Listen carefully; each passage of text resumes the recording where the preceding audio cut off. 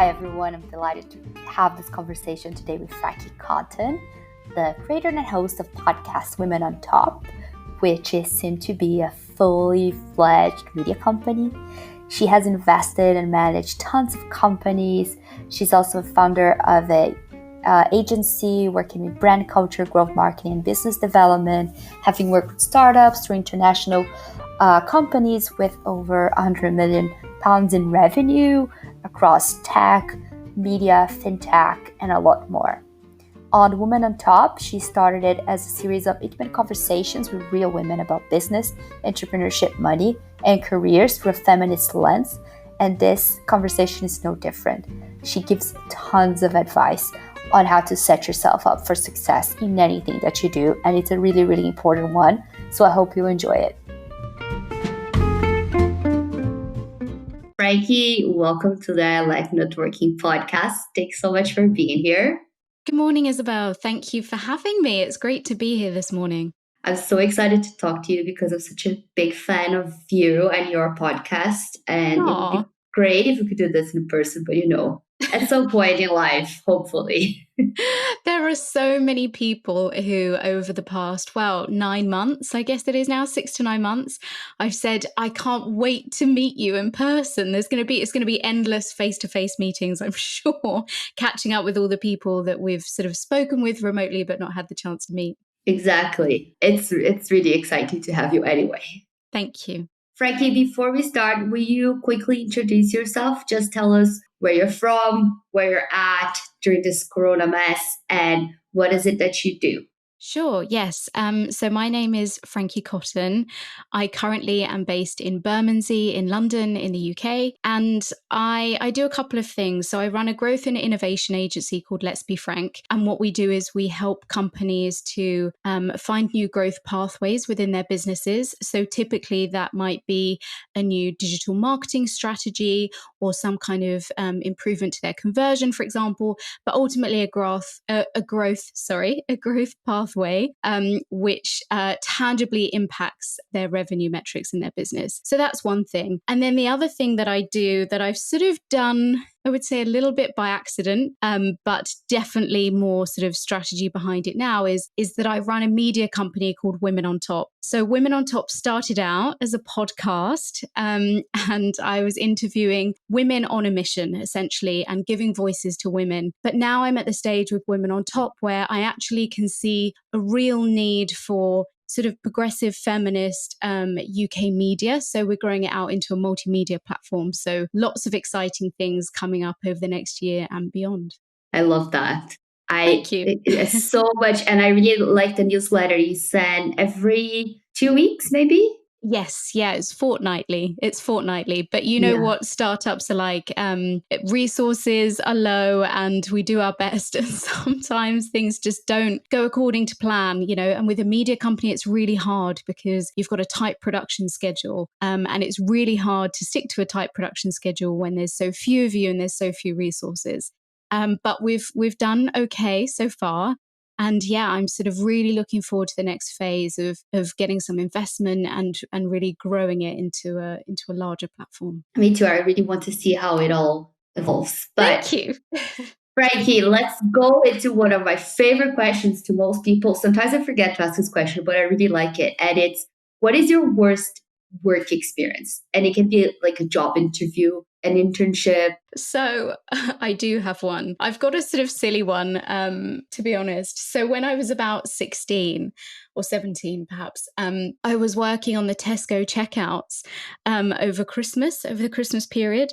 And to be honest, it wasn't really a job. It wasn't really a job for me. Sort of sitting at a checkout, and if there's a problem, you have to press a bell and you have to wait for somebody to come over to you. And for me, it was just so restrictive and not great. But anyway, I remember having this really, really long shift and it was going on for hours, and the queue, it was Christmas. Everyone's lined up with all their vegetables, all their turkeys. A queue went on for ages. And I don't know how long I'd been sat there. But anyway, I'm really sensitive to migraines. And under the lights in Tesco's, I could suddenly feel myself getting really, really sick. And in the end, I pressed my bell and I waited for somebody to come over. But in the end, I actually threw up in a plastic bag that I was serving a customer because I got so sick and I couldn't leave my post and I was sort of trapped. So yeah, that's a bit of a silly one, but that was, I would say, my worst job experience. That sounds terrifying. It was so humiliating. And you know what? I think the managers thought that I must have been hungover or something. 17-year-old girl throwing up at work. She must be hungover. But it was honestly, it was a migraine. I'm so sensitive to them. And yeah, it was so embarrassing. It was really, really embarrassing. But anyway, happens to all of us, right? Yes, absolutely. Well, maybe not that, but... So, Frankie, could you tell us a little bit more about your background? So, if you went to university, if you knew what you wanted to do, and, how was your career to figure out more or less where you wanted to sit? Because you do so many things, you have so many companies, you're now, developing Women on Top. But how was your beginning? Because I think a lot of people from the Allied networking community tend to feel quite, I don't know how to say this, but there's this kind of this pressure because we all put up our nice polished bios for everyone to see, and no one really talks about the beginnings and how things develop, and there's no overnight success, or at least I don't know anyone. And so I think it's nice to hear about how things started for you. Yeah, sure, of course. So for me, I did go to university. I studied English studies at the University of Nottingham in the UK, which I remember at the time when I was thinking about what I wanted to study, I actually found it really, really hard to make a decision. And actually, it wasn't out of my hands, but I certainly think that my mum played a big part in sort of deciding what I was going to do. And I just didn't really have a clue. I had no idea I didn't really understand what the world of business looked like, or what jobs were really available, beyond the stereotypical, you can be a doctor, you can be a lawyer. I really didn't understand the business landscape. So it's really hard, I think, for anybody to make a decision at that time, when you're 16 or 17 years old, about what you're going to want to do for the rest of your life. It's really hard. So I did English. And I think part of the reason why I did English as well is because it was a mixture of modules. So we studied language, we studied literature, we studied the history of English, and we also studied drama. And theatre was a big part of my life growing up. I was sort of always popping around either on stage or behind the scenes. And I was a part of the university's new theatre as well when I was there. So I think that played a big part in my decision. But if I fast forward to when I graduated, which was in 2011, we were in the double dip recession. So it wasn't a great time really to be graduating. And I made the decision to stay in Nottingham. So even though I really, really wanted to live in the city and I wanted to get a London job, and I thought that the potential for earning would be greater in London, I decided to stay in Nottingham basically because it's where I could afford to live at that time. There was no way that I could move to London and rent somewhere and be, a graduate at my first job and actually afford to live and to work and to thrive and have a social life and all those things that you want to do when you're 21 years old. So my decision was to stay in Nottingham. And I started my first job for an IT company, which was headquartered in Nottingham. I would say it was a sort of small to mid-sized company. I think when I started, it was maybe 60 million revenue turnover and maybe 110 people, which I think is a really decent sized company actually when you're first starting out, because it means it's sort of big enough that it's not boring, but it's small enough that you can really understand how the whole business operates and you can start to understand all the different departments and how it functions and what everybody does. So I started out in this job in a department called business intelligence, and our role was basically to analyze data and to look at trends within the company data that we could use to implement new projects, which ultimately could help grow the business. So in a funny way, it's pretty much the same thing that I do now with my agency, Let's Be Frank, which is, again, analyzing data and spotting new growth pathways. So that's where I started. Yeah. And yeah, would you like me to go into it a bit more or? Yeah, I wanted to know, you can fast forward a bit to how you ended up deciding to, start Let's Be Frank, because, well, I might be wrong, but I understand that that was your first sort of business on your own and then everything else came, or did it all come together? Sure. So, great question. Yeah. So, if I fast forward to a couple of jobs later, it was actually the first business that I sort of co-founded was actually with my husband. So he was really into fitness. He's an ex-professional MMA fighter. And at the time, he was working in sales for a company in London. And he just wasn't really that happy. And his passion was definitely in, as I say, fitness and fighting.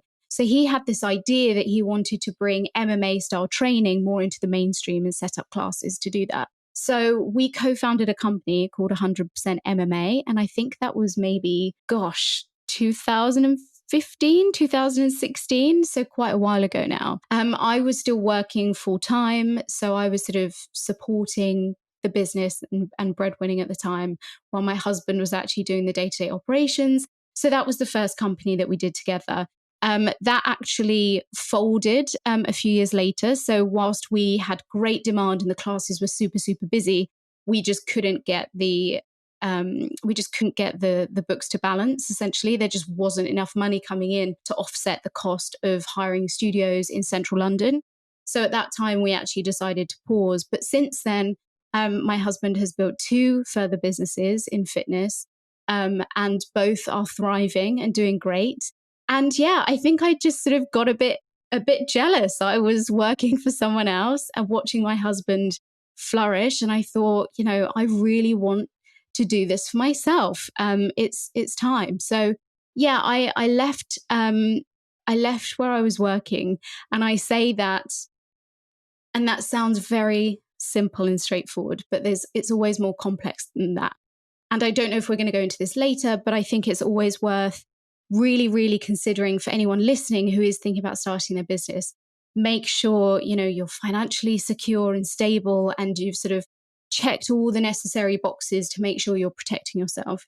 But that to one side, I set up Let's Be Frank, and I didn't really have any idea what I was going to do, except I knew how to market businesses, how to build brands, how to identify new growth pathways for businesses, because that's what I'd done my whole career. So yeah, I just set up Let's Be Frank and thought, let's try it. Let's go from there and see what happens. So I love that, Frankie. I was actually talking about the whole thing of starting your own business and being financially secure with someone recently. But Yeah. I'd love to hear how you prepared yourself and also how you started to get your first clients. Yeah, sure. So I would say you're 100% right. If, people go into business for the most part to ultimately make money, that's the ultimate goal. However, in the short term, that's not realistic. So you need to be prepared for probably longer than you even think to,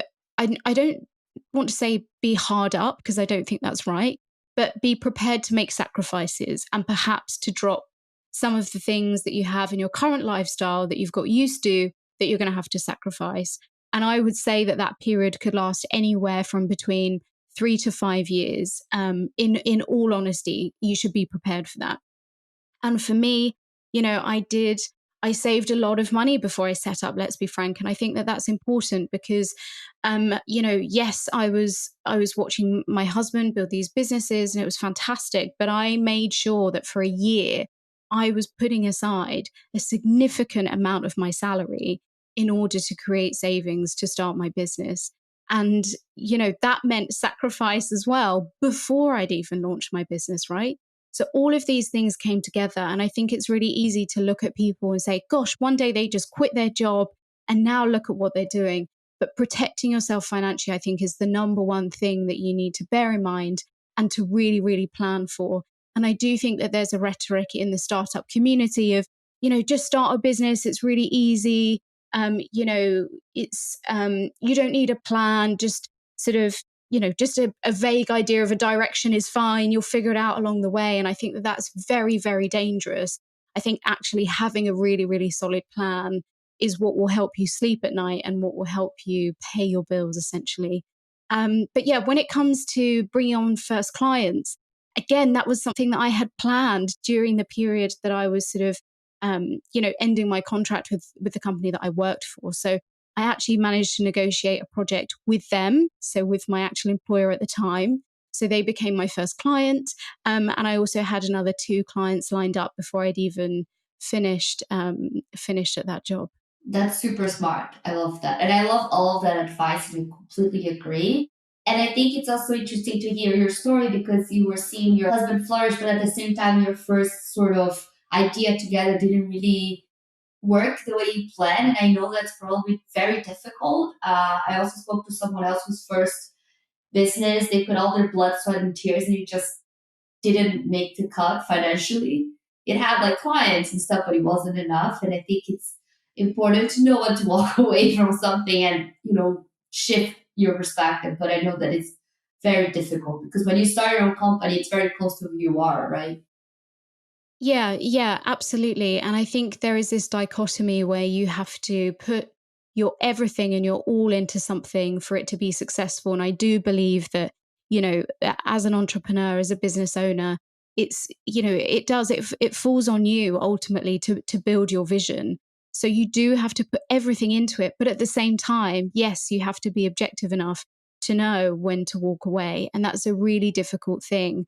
And so the sooner actually, I look back on that time now and think of it as a blessing because we learned some really hard and fast lessons during that time period, which now gives us a great standing where we are now. And I think just having a bit of patience through these processes is really important. 4 or 5 years ago, we didn't want that business to fail. We wanted it to keep going and we kept plugging as much into it as possible. But ultimately now I look back and I think, no, that was the right thing and that happened to us and look at all the things that we've learned. And, for me, it wasn't just that business that failed. I also left another business, which I started with a co-founder. And that has also been a really tricky thing to come to terms with. But again, I know that probably if not now, in the future, I'll be really grateful that that happened. Yes, it's hard to deal with it in the moment, but yes, it always does. That's what I think. At least when you become an entrepreneur, you learn a lot very fast. Maybe not of it will be good, but it is a very you really speed up your learning curve on everything, and you need to pick up skills that it potentially wouldn't otherwise.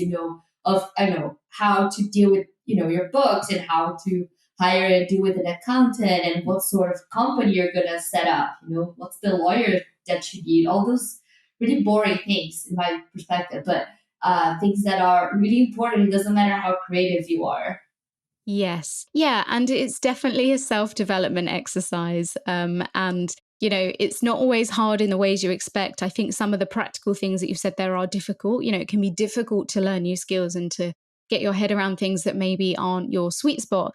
But actually, I think it's the mind game. It's the emotional side of it. It's learning to have emotional intelligence and to keep showing up and to have that resilience. I think they're some of the biggest things that you learn by going on a journey like this.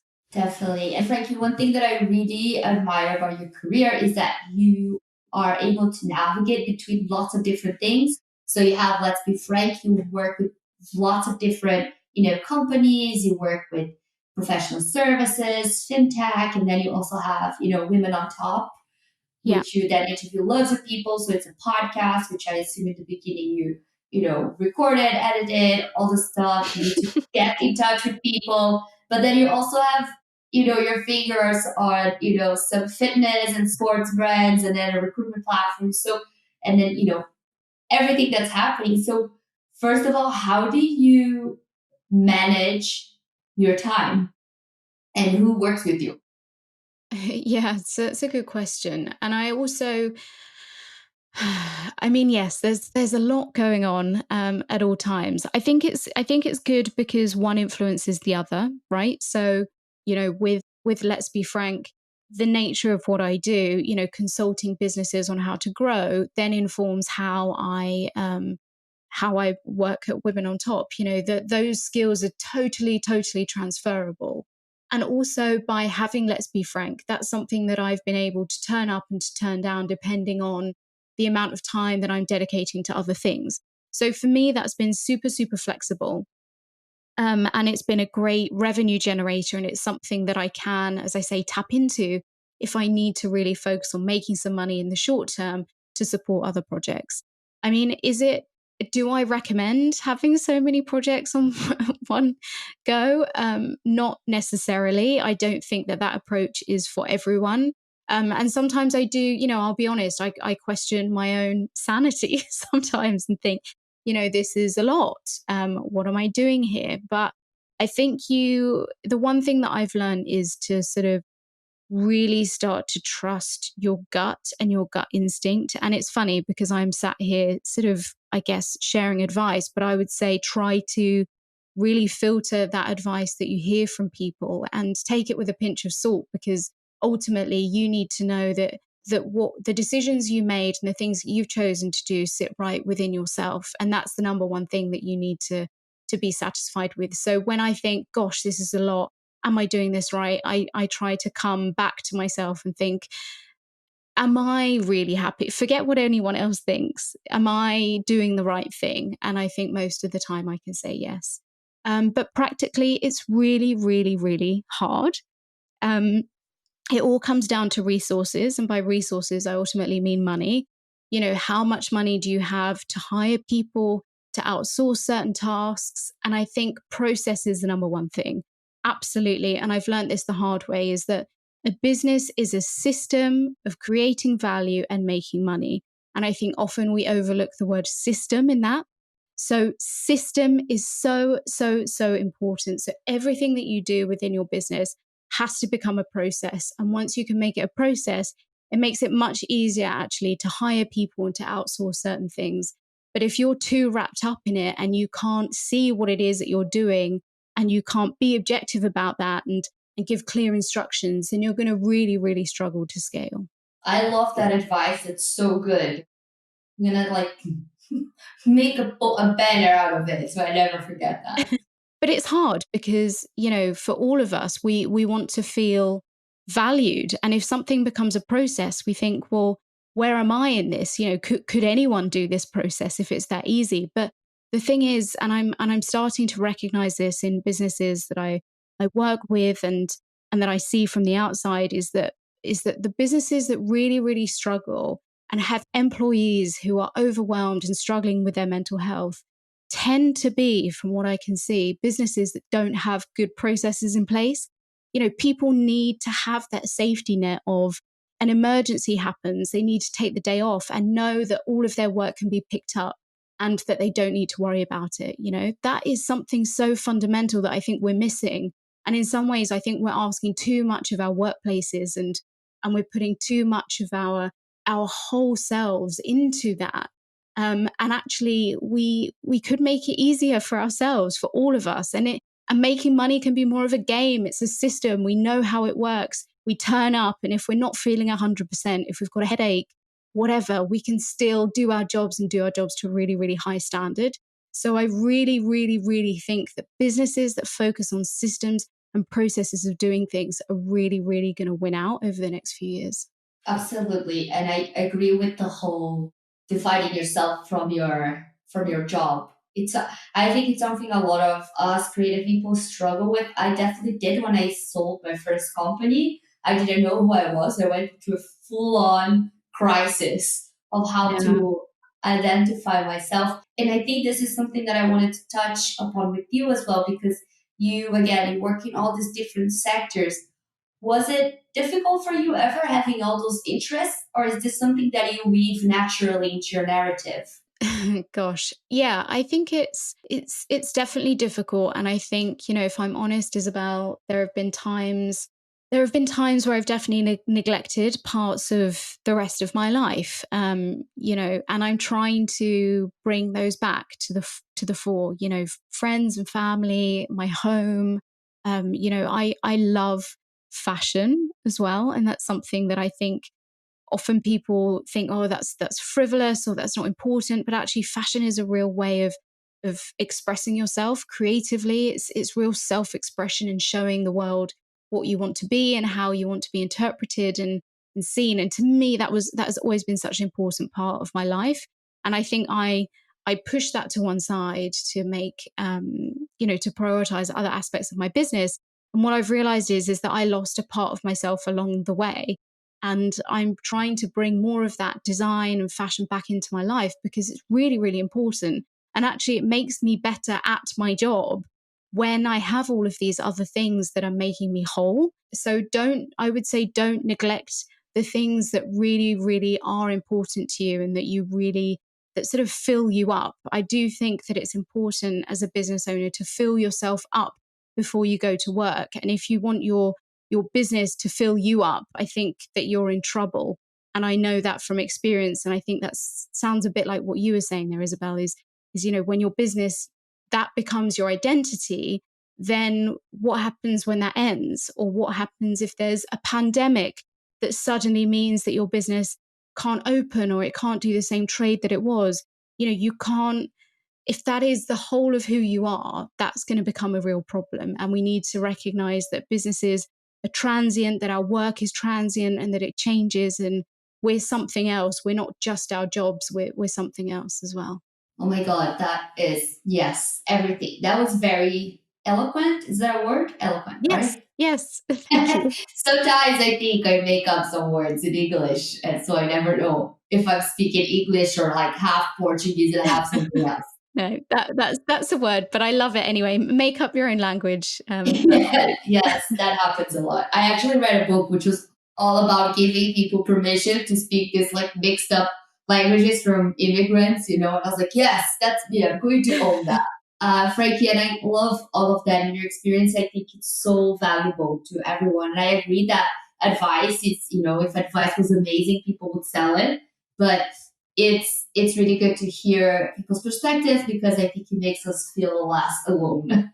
Yes, definitely. On that note, I really want to know more about how Women on Top came about. How was the idea, and how did you start reaching out to people? Did you know how to record a podcast? Give me some tips for how it all started.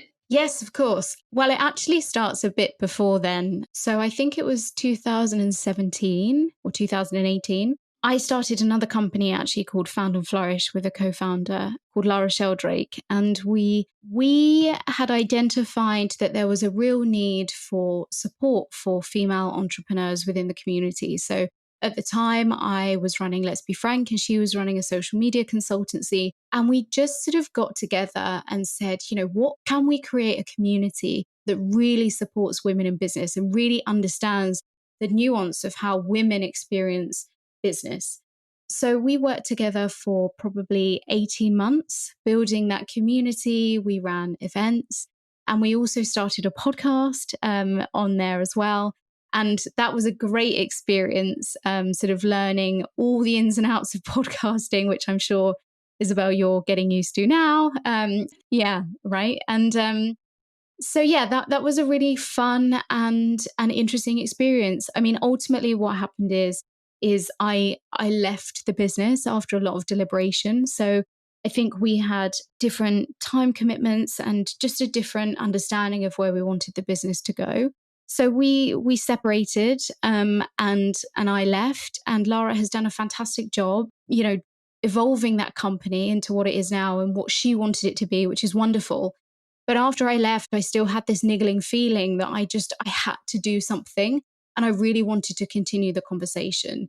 And I think, when we look at the fact that 1% of venture capital funding in Europe goes to female founders, 1%, that's 1 penny in every pound that's funded. It's just not acceptable. Like, there is no narrative that can excuse that. That is sexism, whether it is systemic, but it just is unreasonable that the next generation of businesses that are being built in 2020 are 99% run or managed by men. It's just outrageous. Consumers, even if you just not even looking at, the amount of money that people spend, if 50% of the population is female, that's 50% of your consumers are actually products are being created and marketed to them by people who don't necessarily understand what it is that they really need or how they function, or, women's health, for example. So that statistic, I guess, still haunts me. And I just feel like something had to change. So the podcast really started as a way of just creating a space for women to talk about the nuance of their experiences starting and running businesses and just really how women work. And it was about creating a space and a different type of conversation, which wasn't necessarily focused on tactical things. This is a campaign that I run that generated X that meant my business skyrocketed or whatever. It was more about the subtlety of really understanding the psychology of how women run and found businesses and how women lead in business. And also, it's sort of evolved now. It's not just about business, but also creative industries and, politics and charities, nonprofits, all of that kind of thing. It's really about women's leadership. And I hope that it creates a space for women listening to know that, similar to what you were saying, women aren't alone, and that just listening to these conversations can provide inspiration, and hopefully a little bit of advice and education as well. It's been super great. I absolutely adore the podcast, and I think you've been making an effort to actually find different guests. I think a lot of time we see the same people coming to speak about Yes. the same subjects. And Yes. is that something that is easy for you, or is it something you have to do some research? How is the planning on who do you invite and so on? Yeah, that's really interesting. So when I first started, I was sort of seeking out people I really wanted to interview, and I was lucky I had quite a good network of people who I knew had really great stories. Then the tables sort of turned, and once the podcast started getting popular, is excuse me, I had many inbound requests from people who wanted to be guests, which was wonderful, but I wasn't really prepared for it. And I certainly didn't have the systems and the structures in place yet to deal with that demand. And also, it became really difficult because, when I had been researching and selecting guests, when they were coming to me and I was trying to fit in all these people, I realized that actually I didn't have control of the narrative anymore. It wasn't my podcast. And I wasn't really thinking about who and why I wanted to bring certain people in. Now, I don't think it really affected the editorial at all. I think it was more in my head. I was starting to have this realization, and how can I manage this? And so I sort of just stuck really rigidly to my guns, and I had to continue to research and to search for guests that had a different perspective and weren't necessarily the kinds of people who had great PR teams and that were contacting me, right? So that in itself is tricky, but I've definitely learned how to do that now, and I have systems in place. But the other thing as well is I didn't just want to get influencers on the podcast, because I feel like their stories, whilst they might be brilliant, have perhaps been told a couple of times. So bringing people in who perhaps their stories are less well known was really, really important to me. But also, on the flip side, is that means from a sort of sharing perspective, word of mouth, and a marketing perspective, you do shoot yourself in the foot a little bit, because you're not necessarily working with people who have the biggest audiences. But again, with Women on Top, the ethos is about sort of changing the narrative and presenting diverse and different perspectives. So we have to stay true to our editorial strategy before we, put marketing ahead of that, really.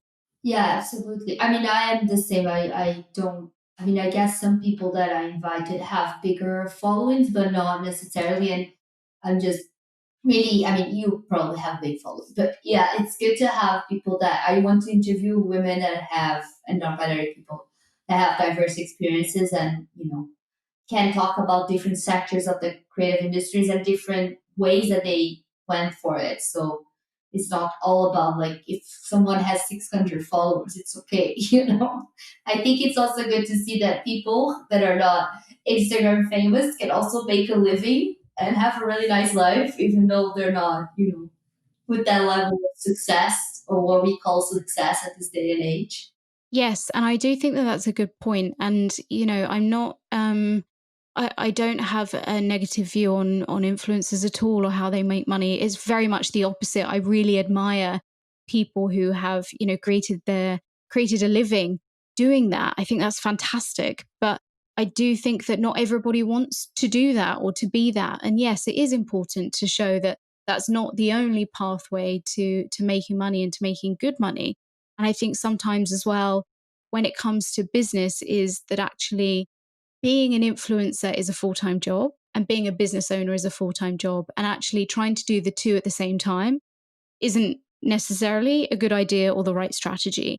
Now, for me, Women on Top is a media platform, so it has to have a following, right? It has to have a large following. So that's fundamentally core to our business plan to build that out. But for me, I made the decision earlier this year, for example, to make my Instagram profile private because I couldn't keep up with the pressure to keep creating content and keep an audience engaged on my private platform because it was distracting me from my business.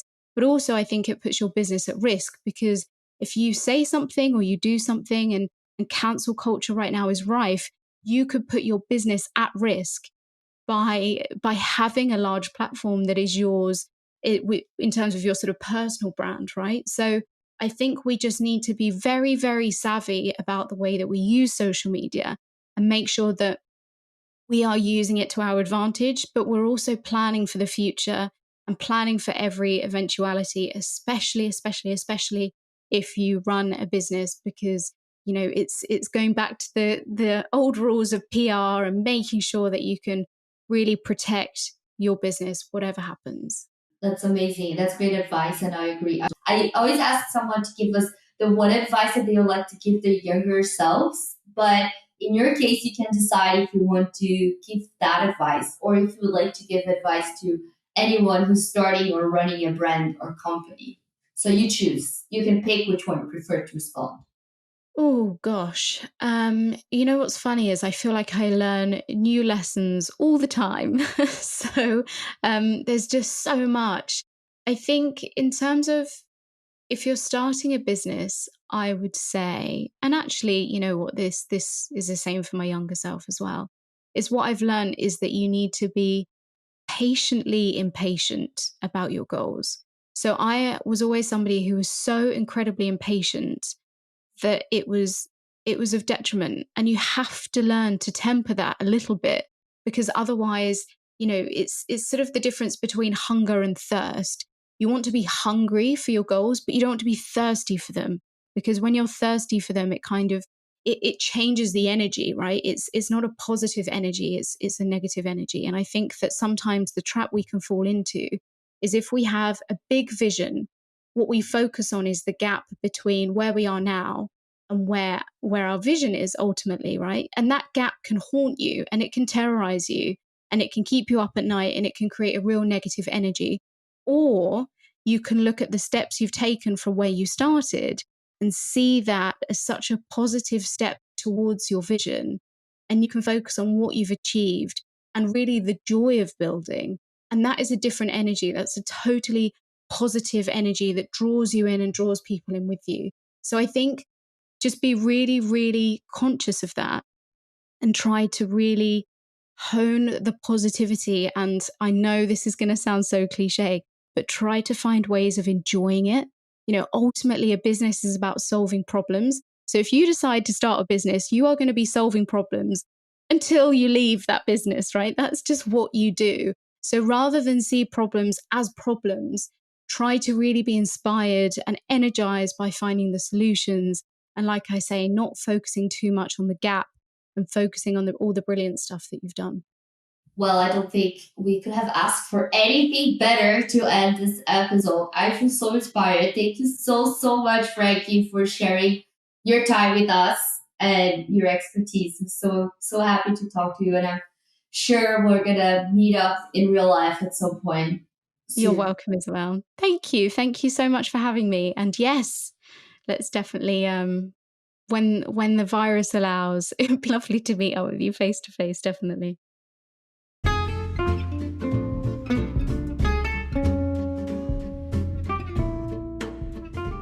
Thank you for listening to the I Like Networking podcast.